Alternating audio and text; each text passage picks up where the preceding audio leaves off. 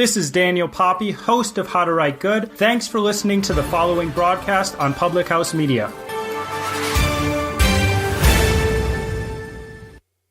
This is Kim Meyer, host of Choose to Rise, here on Public House Media. Thanks for listening to the following broadcast on Public House Media. Once you're done with this episode, I hope you'll come check out my show, Choose to Rise, where we talk about positive mindsets, uplifting content that just helps you improve your life overall. A new show comes out every Monday, Wednesday, and Friday in podcast version, or you can catch me live on the Public House Media Facebook page every weekday or morning around 6:45 Central Standard Time. Don't forget to subscribe on iTunes so you'll never miss an episode of Choose to Rise. Thanks again for checking out the following broadcasts on Public House Media. Today's verse of the day comes from Leviticus 19:16. Do not go about spreading slander among your people. Do not do anything that endangers your neighbor's life. I am the Lord.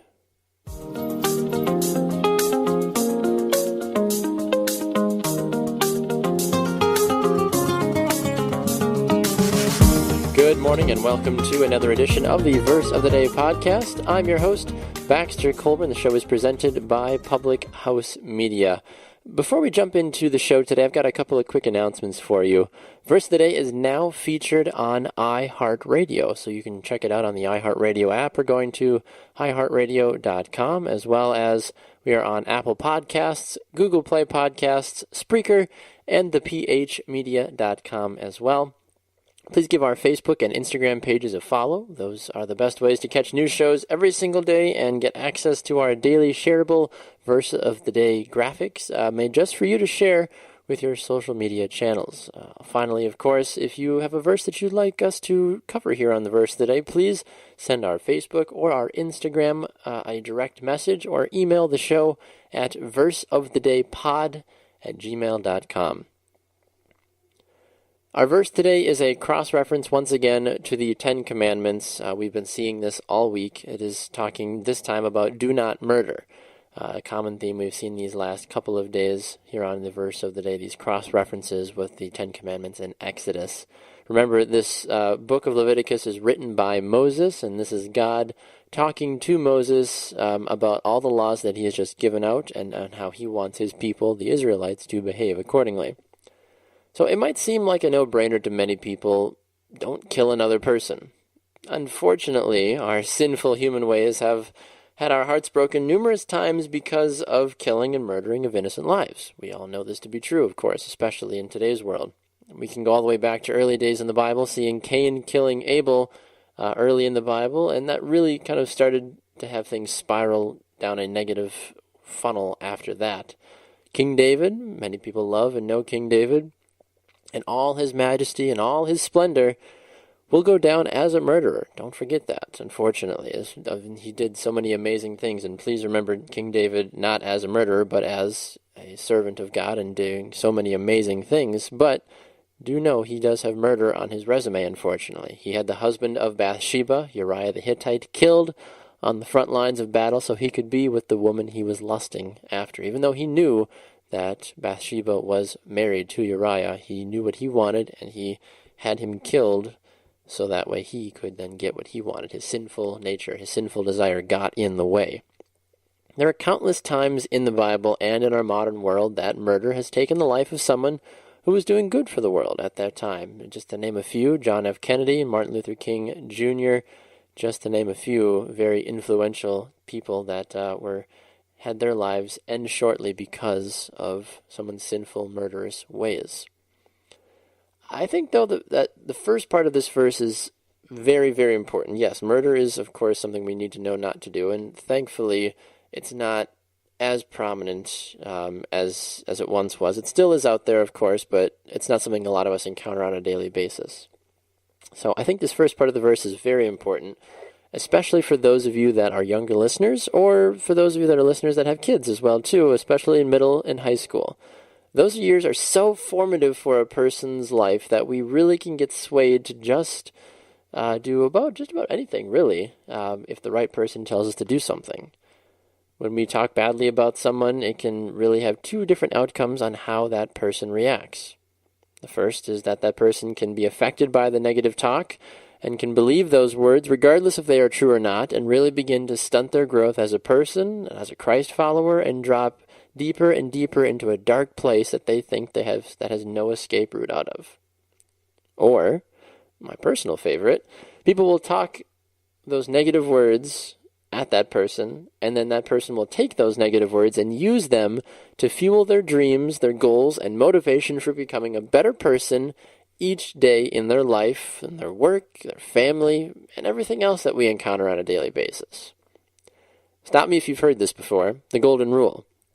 So in everything, do to others what you would have them do to you. Matthew 7:12. Listen, friends, we've all got places to go. We get this. I always chuckle anytime I hear that phrase, because if any of you have seen the Geico commercial with Washington crossing the Delaware Turnpike, you see George Washington in the boat, and he's yelling at the cars, "We've all got places to go. We've all got places to go." You know, that makes me laugh and chuckle, and also is a good symbolism, because it allows us to then think about it, how we are going to encounter things in our life that we need to just hold on, just relax for a second. And we know that there are going to be people in our life that have places to go as well, too. Like, we try to surround ourselves with like-minded people, and people that are going towards the same goals and aspirations that we are going towards as well, too.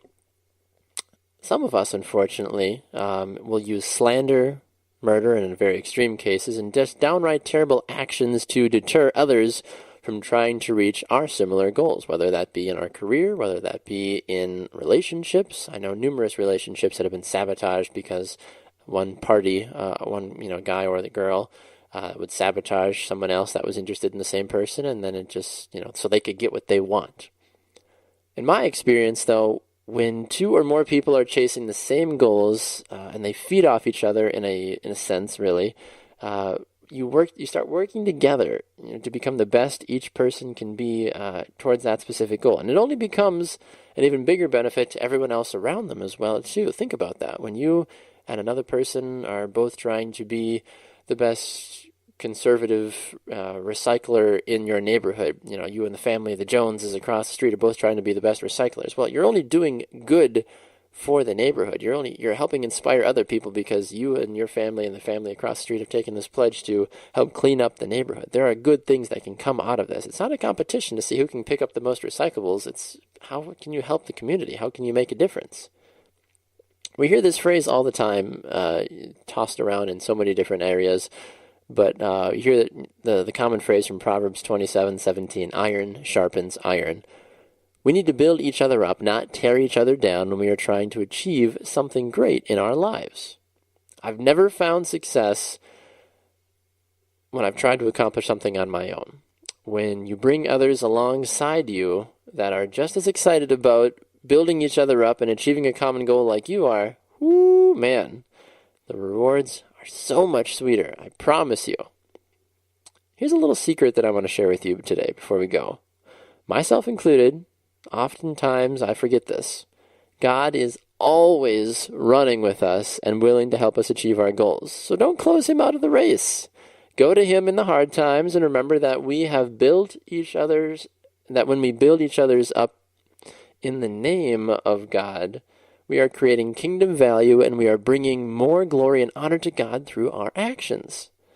So today and every day, spread the love of God, and remember to treat others with respect and how you would want to be treated.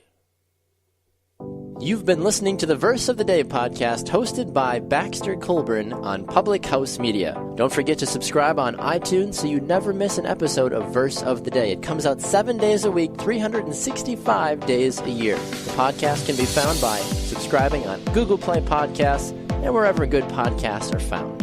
More information about Verse of the Day podcast can be found by going to thephmedia.com.